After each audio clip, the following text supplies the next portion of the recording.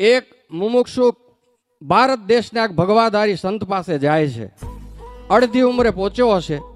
સંતને દંડવટ કરીને કીધું, મહાત્માજી એક મારી વાત સાંભળો. કે શું? એ કે મને મારું ધાર્યું કરવું હોય તો શું કરવાનું? કે આ તો આખી દુનિયાનો પ્રોબ્લેમ છે, બધાને એ જ તકલીફ, ધાર્યું નથી થતું. અને એનો એને જવાબ દીધો એને સાધુએ જબરો દીધો.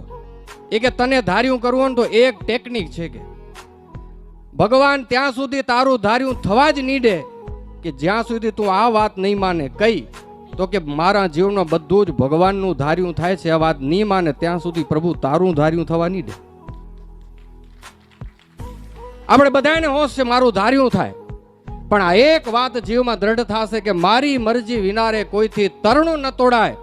આ વાત જીવમાં ઉતરી જવી જોઈએ. કાનમાં નહીં, મનમાં નહીં, બુદ્ધિમાં નહીં, ચિત્તમાં નહીં, અહંકારમાં નહીં, જીવમાં વાત ઉતરી જાય કે જે કાંઈ થાય છે મને મળ્યા એવા મહારાજનું ધાર્યું થાય છે.